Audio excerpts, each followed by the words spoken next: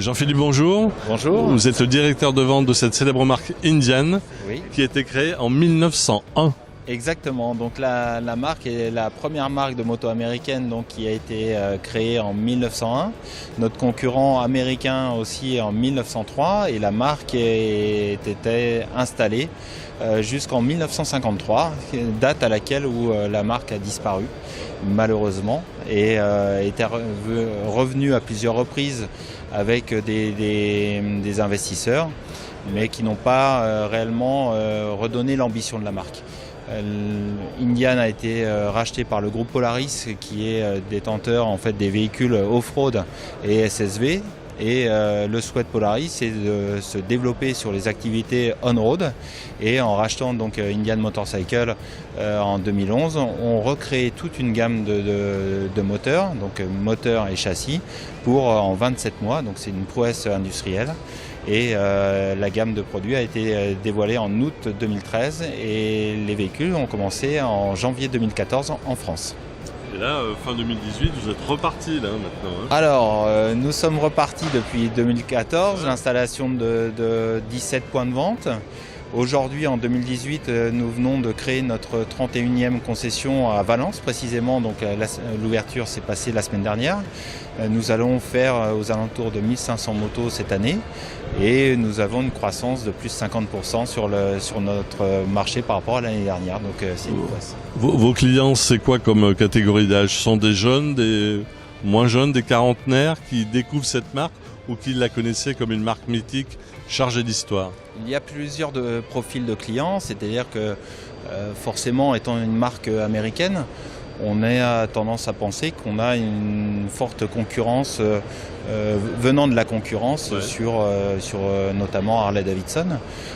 C'est le cas pour des clients historiques de la marque qui connaissent Indian, c'est-à-dire qu'on est dans l'histoire de chacune des marques et c'est une alternative donc différente.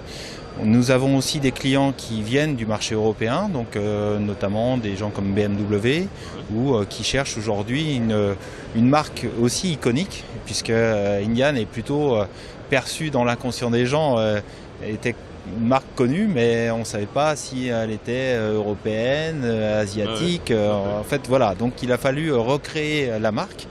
Avec toute la genèse d'Indian. Exactement, dans le processus de relance de la marque, il a fallu reprendre les codes historiques de la marque avec des garde-boue enveloppants, la tête d'Indien, les USP avec les doubles réservoirs, donc de façon à ce que les gens fassent un rappel et qu'on fasse un rappel à l'histoire. Et aujourd'hui, on est en train de créer l'avenir avec des nouveaux produits comme la FTR 1200 cette année. Et donc forcément, quand vous avez une FTR 1200, la moyenne d'âge se rajeunit. Et donc vous vous intéressez à une clientèle plus jeune. Voilà. Et l'intérêt pour nous, c'est aussi de capter une clientèle plus jeune. Voilà. Alors là, on a un nouveau modèle qui va sortir au printemps 2019. Alors vous allez nous le décrire? Exactement. Donc on est donc la FTR 1200 est issue de la compétition puisque le flat track fait partie de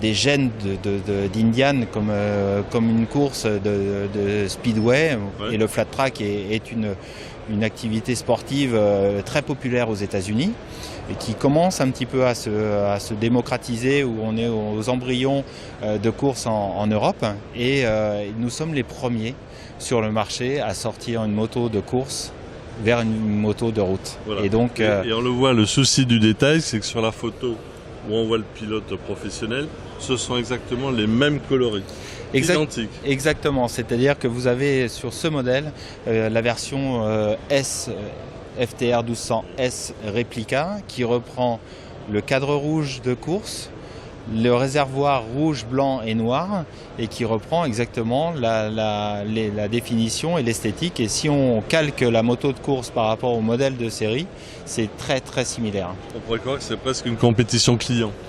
C'est aujourd'hui les gens ont besoin de s'approprier le fantasme de la compétition et de l'amener sur la route. Donc avec aussi un pilote, une écurie. Exactement, c'est-à-dire qu'il faut qu'on raconte une histoire.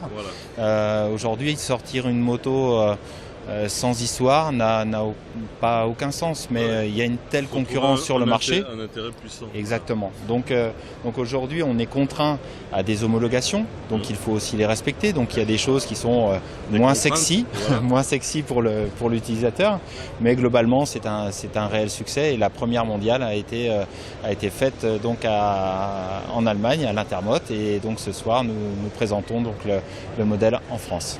Voilà. Et autrement, sur les modèles, on va dire, plus classiques, là vous avez fait subir un sacré relooking également. Alors, oui, bien sûr. Donc, sur la gamme, faut savoir que Indian, historiquement, a 3 cylindrées, donc 1000 cm3 sur la base du modèle 60. Ensuite, vous avez la Scout 1200 et vous avez la Bobber 1200. Donc, ces motos sont accessibles avec un permis A2. C'est-à-dire que même en ayant un 1200 cm3, vous pouvez rouler avec un permis jeune conducteur. Donc c'est aussi un avantage. Et on a toute la modernité aujourd'hui des châssis, c'est-à-dire qu'on a des châssis en fonte d'aluminium, on a des moteurs à refroidissement liquide qui correspondent aussi à des demandes et des contraintes d'homologation.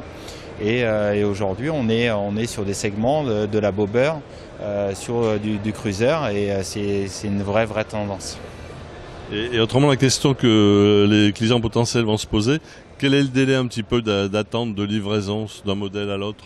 C'est relativement rapide ou? Aujourd'hui, on est sur des délais qui sont globalement sur le mois, c'est-à-dire qu'on arrive aujourd'hui à piloter l'activité de la marque. Ouais. La vraie contrainte, c'est notre croissance, c'est-à-dire que quand vous augmentez votre volume de vente de 5-10%, vous savez le monitorer parfaitement. Quand vous faites 50% d'augmentation, là on demande à ce que les clients s'engagent sur un bon de commande afin qu'on puisse répondre favorablement. Exactement. Mais il vaut mieux des fois prendre son temps. Oui. Nous, on est contraint d'être meilleur que les autres. On est un outsider, mais aussi on est très attendu. Et quel outsider? Oui, on sait que ça va fonctionner. Maintenant, on met toute notre énergie pour que ça marche parfaitement. On a des ambitions. La France est le plus gros marché en Europe. Donc Indian en France, c'est aussi la première filiale et le premier volume à l'international, derrière les États-Unis. Et donc on est sur un bon trend. Donc oui, c'est très bien. D'accord. Bon, on souhaite à Indian encore une grande épopée. Merci, et l'histoire ne fait que commencer. Merci à vous. Merci.